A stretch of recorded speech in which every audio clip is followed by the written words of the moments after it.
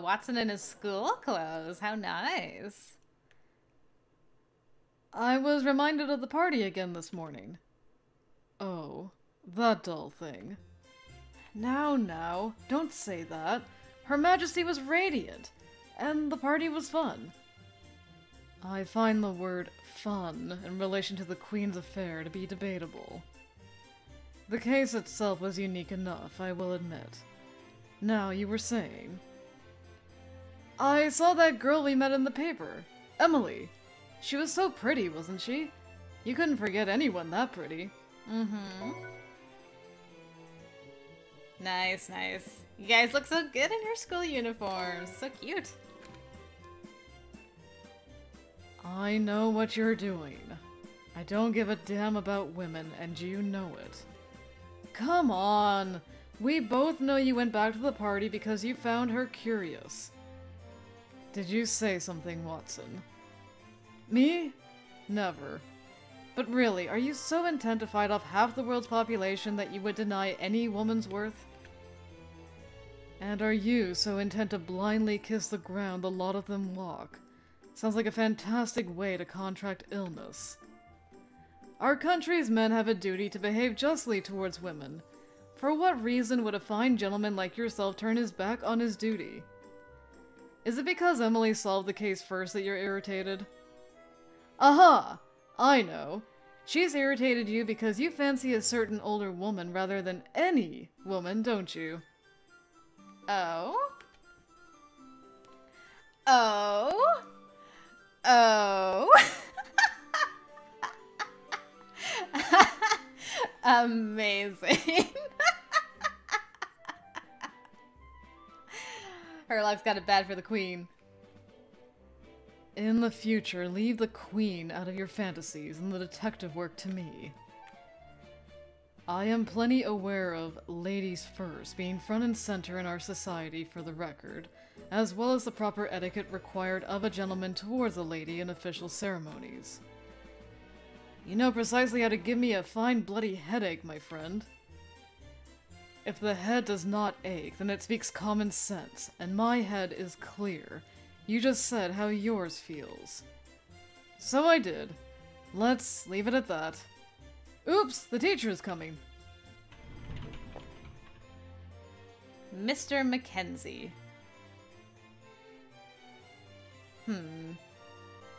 Good morning, class.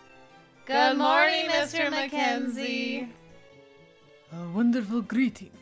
May you greet our new friend with the same enthusiasm. Come in, young lady. Thank you. And now we're back.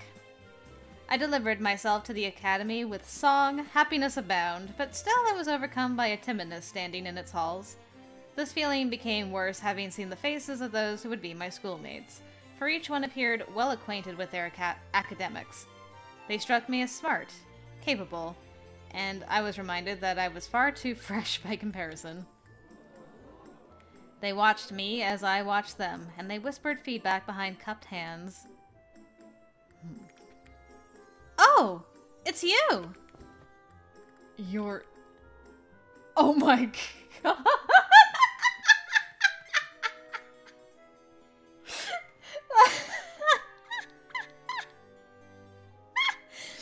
That was not... That was not the face I was expecting. That's really good. Is something wrong? Have you two met before? We have not. I've never seen her before. How can you say that? We just met the other day. Here I was, relieved to see someone I recognized. How can anyone be so unkind? Him. Class, this here is your newest classmate in the sixth form detectives course, Emily Whiteley. She has been studying under a private tutor till now, so this is her first day attending a school. I would ask that you help her adjust and get comfortable. Now then, I believe there's an empty seat next to Mr. Holmes. You may sit there. Of course there's an empty seat next to Mr. Holmes. Excuse me, sir, but that seat is Bernard's. He is absent today, but what about tomorrow? Is there no other place for her? Dang, why are you so aggro against me? It's alright. You see, he was run over by 5 carriages this morning and had to take an extended leave of absence. The poor boy. How do you get run over by 5 carriages? Who's so unfortunate? I have to wonder how he survived. Whilst I seated myself, I felt a friendly pat on my shoulder. Well, at least someone's glad to see me. Emily! Can't believe you've come here! Oh, Watson! I thought you were studying to become a doctor like your father. I hadn't realized you were a detective as well. My dad is a doctor, yes, but I'm Holmes's assistant. Some might say that makes me something of a trainee detective. And I would. At any rate, I'm pleased we've become schoolmates. And the same to you, Holmes. Bah. The boy submitted the briefest of glances before dismissing me entirely. Have I caused him offense? Holmes is always like this. He's a good man at heart, just a bit more particular than most. You'll be getting on like old friends soon enough. In fact, he was just telling me how pretty he thought you were before you walked in the classroom. Watson, isn't that what you said? Easy, easy, don't give me that look. Alright, enough talk. Everyone's brought in their deposit for the graduation trip, yes. Slater, would you go collect them? And if anyone did forget, just remind them to bring it tomorrow. Yes, sir. All at once, the students gathered to pass in their deposits. Here's mine. All right, Watson. Got it. This is mine. Thank you. And this is mine. Thank you! I did not expect such a small thing as handing my bag to cause distraction, but so it did. Miss Whiteley, what sort of bag is that? Just the one Pendleton gave me this morning. Whew, it's beautiful! All white, and it even has your name stitched at the bottom. Was a white bag rare? Watson spoke at a volume that quickly drew attention, conjuring several new curious onlookers in seconds. I observed, and yes, Holmes and Watson's bags were both brown. Is mine inappropriate? I don't think so. It suits you nicely. No, if you don't mind, I'll note your deposit as received. What's the matter, Slater? You look pale. It's nothing. I'm in perfect health, really. It was the opposite from my perspective. He was indeed pale, and his eyes were unfocused even when he sat in place. I don't know if this is going to be related to anything later on, but... Can I not... I'm not on a case yet. I'm like... I feel like this is important to something, but apparently this is not part of a mystery, so... bleh. Oh, did you bring your deposits? One moment, let me take down your names. Still, Slater kept to his work, writing down person after person, even as his fingers made to shiver upon every stroke. Careful, Slater. Your fingers are blackened at the tips. My mistake. I have a habit of touching the bottom of my pen's holder. That's no good. Look, you've stained your bag. I can't imagine where we're going. May I ask where the sixth form students from last year went? I believe they had a week-long trip to the lakes for some camping and painting. Well, that sounds wonderful. The possibilities are already swimming about my mind. The first bell chimed. It was now time for first period. We'll begin with the history of the British Empire. Holmes, would it be an issue to share your textbook with Miss Whiteley? Maybe?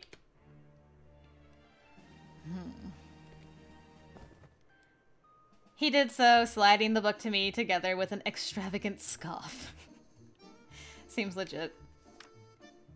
You can use it. I don't need to read it. Really? You don't need it at all? I only have it out in an effort to be polite. I've long memorized its contents. The entire thing? In that case, please recite page 65, The Rise of Henry VIII and the Fall of the Queens. Certainly.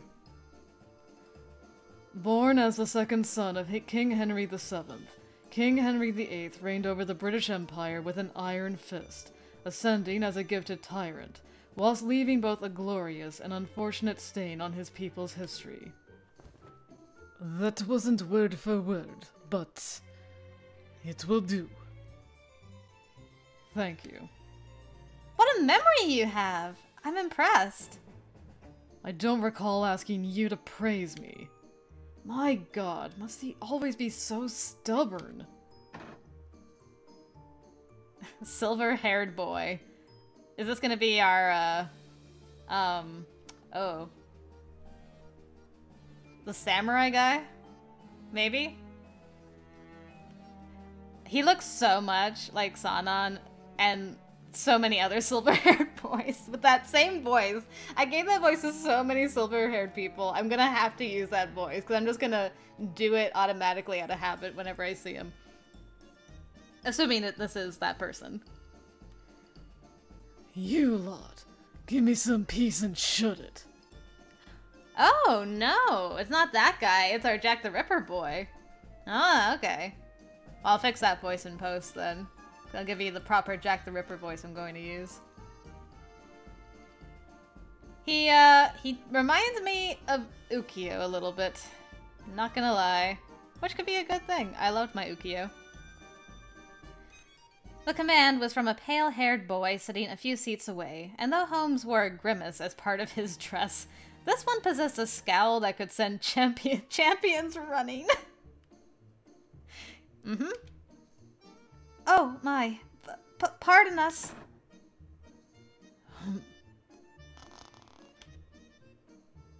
He just wanted to sleep. Mr. Millers, we are in the middle of a lecture. And? My first class ended with no more incidents, and second period began.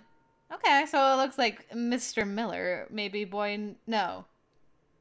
I'm not doing this in the order I met them. I'm doing it in the order of the opening. Which I think the samurai boy was third. I'll have to watch that again now. That's a little while away anyway. Miss Sisley. In this class, we study proper etiquette. The slate is clean, but I shall be strict, for we've much to do and so little time to do it. The road to blossoming into fine ladies or gentlemen is a long one. We will begin your semester with mastering one of the essentials. Correct posture when standing and moving about. It matters not how smart you are. It matters not how extravagant your gown is. If you choose to walk hunched over and chin put out, then everything is ruined. Now, take out a folded handkerchief and place it atop your head. Aha! We need to walk without it falling, right? I can manage that well enough. Wrong! Next, place a full glass of water on top of that handkerchief. Oh, then we're to walk without spilling anything? Wrong again! My dear, you are to dance without spilling anything. Not even a drop? That's impossible. That's the way, Miss Marple. Marvelous! Miss Marple.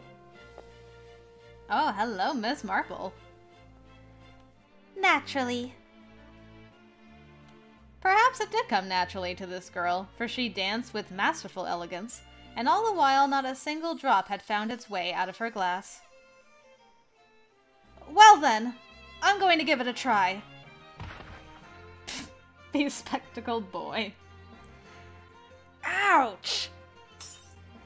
A heavy thump followed by a shatter sounded from the back of the classroom. Mr. Lupin, this is unacceptable! I fear I have no choice but to give you an additional assignment with your supplementary lessons after school. I should not have been so confident to become distracted. Lupin's accident became mine next when I lost my balance. Oh, Tret! It's cold! Miss Whiteley, you have spilled your glass and have failed today's lesson. Ugh! Mr. Watson, you dropped the handkerchief before you could even attempt at balancing a glass. You're no better than Mr. Lupin. An additional assignment shall be accompanying your supplementary lessons as well. Poor Watson. Now, Mr. Holmes, it's your turn. Miss Cicely, I do apologize that this sounds crude, but you must be aware of the differences between myself and them. As a gentleman, I could never deign myself to take part in this folly. Folly? What difference? All we did was participate as instructed. You have failed today's lesson. Any student who refuses their instructors needs to learn more in etiquette than dancing. Mr. Holmes, it would be my pleasure to give you a special assignment. What? And Mr. Watson, you're to see me after class. Yes, ma'am. We're all doing so well. My goodness, so many teachers at this school. Welcome to third period. I am Mr. Underwood, and I am here on behalf of all matters related to pharmacology. Various toxins, plants that give you nasty blisters and rashes, potions that paralyze. You name it, and I shall be pleased to learn you of it. You may use this coveted knowledge and become yet another criminal, or you could also use this same knowledge to protect yourselves and learn the symptoms that spell danger. Goodness, this is all rather frightening. But you have some awesome music, Mr. Underwood. The world of toxicology is as vast as it is fascinating. When you hear the word poison, you might be inclined to believe they're all the same. And yet, there are hundreds upon thousands of variations. There are poisons extracted from minerals like arsenic and mercury. There are poisons extracted from plants like aconite and morphine. And we mustn't forget the poisons extracted from living creatures. Think of the tetrodotoxin from a blowfish, or a cobra's neurotoxin. Can I not make notes of any of this? Now I can! Alright, I'm recording that.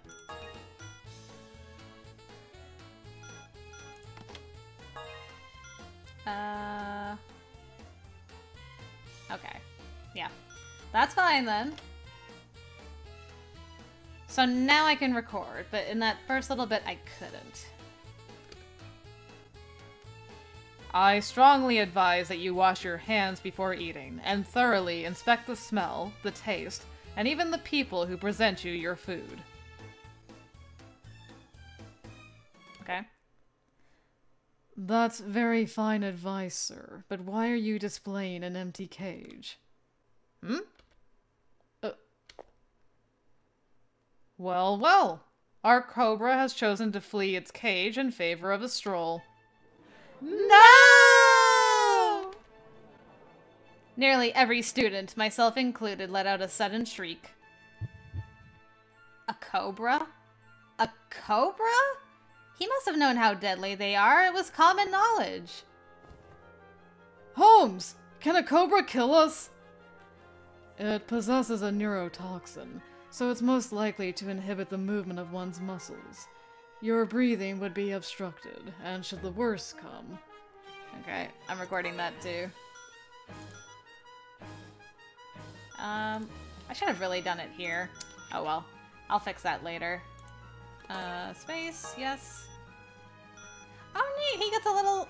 That's cool. I love this diary thing. Aw, but we ought to focus on catching it for now.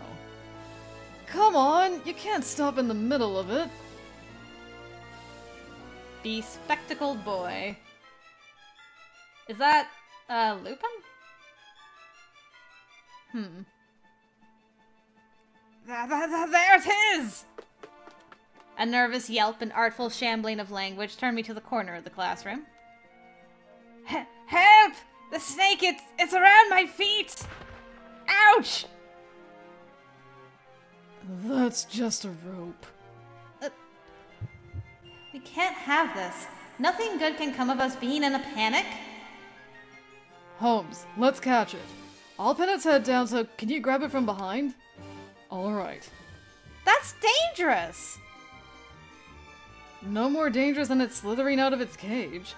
I don't want to see you get hurt, so would you mind leaving the room with the rest of the class?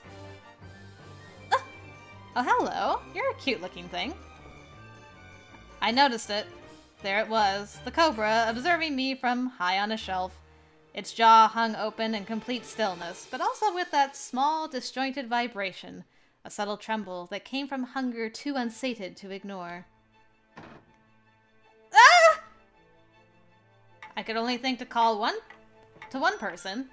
Holmes! Holmes! Step aside, Miss Whiteley. You're in my way. He said that as he moved before me, pushing me roughly in the process. That's fine.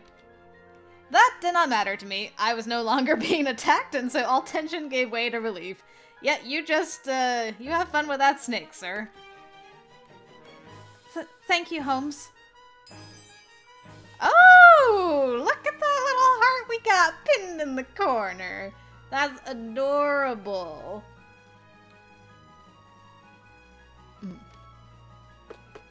He returned my thanks with a noted glance before continuing on the hunt.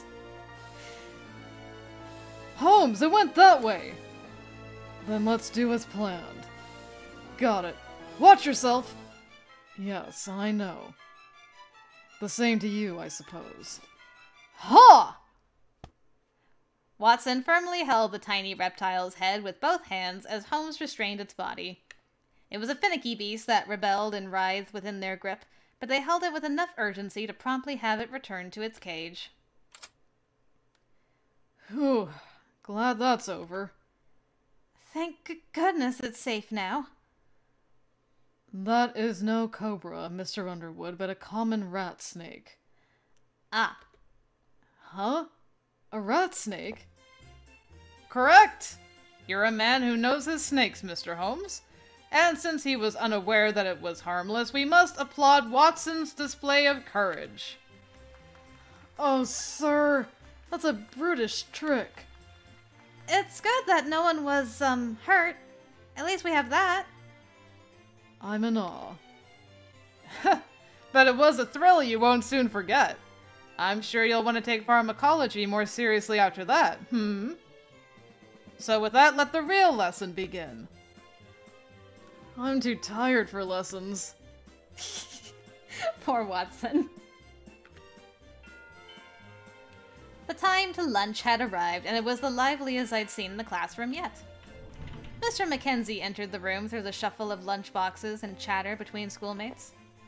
Slater, were you able to collect the deposits for this month?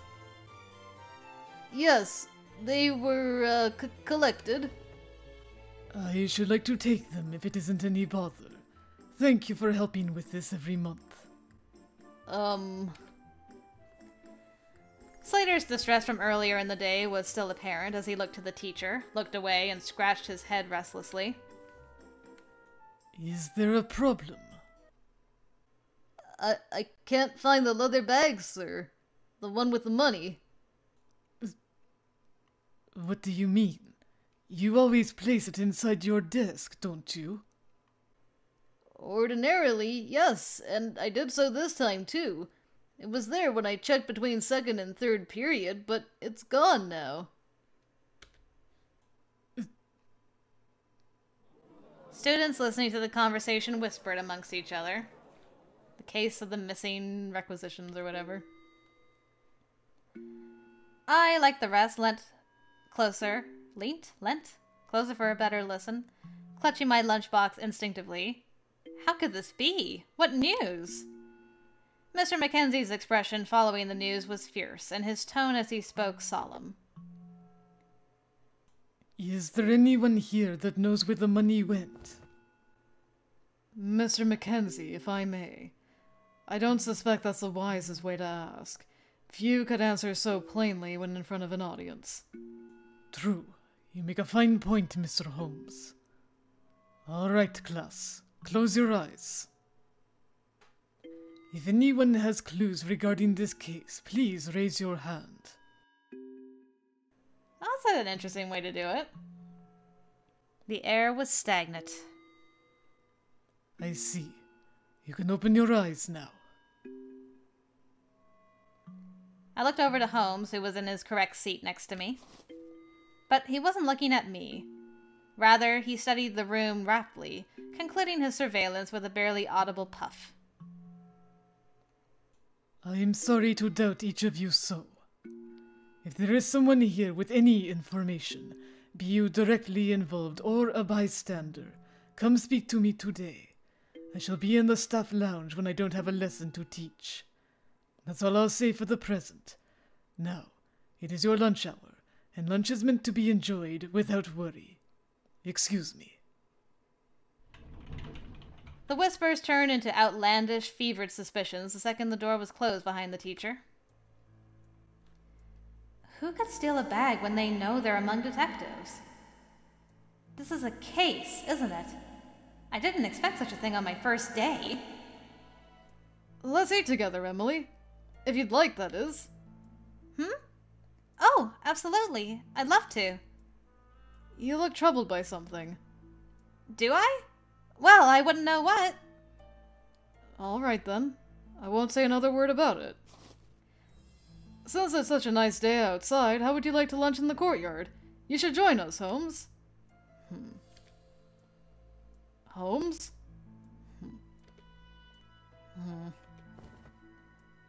Watson gripped the unmoving boy's shoulder. What do you want, Watson? Isn't it fantastic, Emily? Holmes said he'd join us. Excuse me? Unhand me this instant. Don't pull so hard. You're having lunch with us. Watson, Holmes, and I seated ourselves along the grass in the courtyard. We were not alone. The day was beautiful as it was clear, and so several others had gathered to spend their time reading books, resting their eyes, or soaking in the sun. Or, I suppose they could have found the outdoors refreshing when the classroom had been so tense. I took a peek inside Watson's lunchbox. Ooh. It was a careful arrangement of mimosa salad, mashed potatoes, several slices of roast beef, and orange compote for dessert. My! I could have a nibble off of every part of that. It looks delicious. Isn't it just? Our landlady makes them for us. Oh, Holmes and I are flatmates, by the way. She even cooks us breakfast and dinner. The best landlady you could have. Is it Mrs. Hudson's daughter? Or is Mrs. Hudson still kicking around? I didn't know flats came with meals. How sweet she is. And if the two of you are flatmates, then where might your family be living? Our dads rent their own flat together in the same building as their office. My family's home is in a suburb in London. You're welcome to visit me and Holmes any time, but it could be a bit small for you since you live in a mansion. Do you mind, Holmes? I don't. The response was clipped. With nothing more to say, he continued to eat through a thin mouth that could have stretched thinner were anyone to interrupt him again. And why was this? I was curious. Is something upsetting you? Never mind him. He talks plenty when he feels up to it. You're thinking about the money and Slater, aren't you? I am. The situation is nagging at the back of my mind. It strikes me that no matter how he searched for the bag, he could not find it. Slater is cautious. He isn't the type to leave it anywhere. He would have kept it somewhere he knew was secure. I'm going to save that as well, just in case. You never know. I'd prefer not to think it, but do you suspect someone in class stole it? I don't think that's the case. Neither do I. I was a new addition for this semester, and yet such a positive impression had been stamped upon me that said not one schoolmate stood out to me as a thief. It couldn't be someone in our class. Then what do you think? Yes, well, I'd like to keep that to myself for now. But have you noticed how strange Slater's been since this morning? His gaze and fingers were unsteady. He could barely stand straight. Do you not find his lack of composure unusual? He was blinking at an astonishing rate as well, oftentimes a sign that one is lying or hiding something. When Mr. Mackenzie called for him to collect the deposits, it was as if he had something else on his mind entirely. You gathered all that? I didn't notice a thing. Could I speak with you for a moment? Just as we were discussing him, Slater had approached to engage us. Slater! It's a shame what happened earlier. And you look terribly ill, you know that? Thank you, but there's no need for concern. I feel plenty well. My health, at any rate. I feel awful for having caused such a fuss. Everyone in class was thought to be a thief, and all because of me. I truly am sorry. That's all I wanted to say. See you after lunch. When he turned to leave, Holmes spoke up. If I could have a moment of your time, Slater. Holmes? Slater listened and turned right back around. You wish to speak of more serious issues, like that of the lost deposits. There we have it! But you haven't quite got the courage to speak as of yet, have you? Having enough courage to tell me what you know will not only benefit you, it will serve to reestablish trust amongst our schoolmates. Of course, but you see, it is a difficult matter to discuss openly. Would you object to continuing this conversation in the garden behind the academy?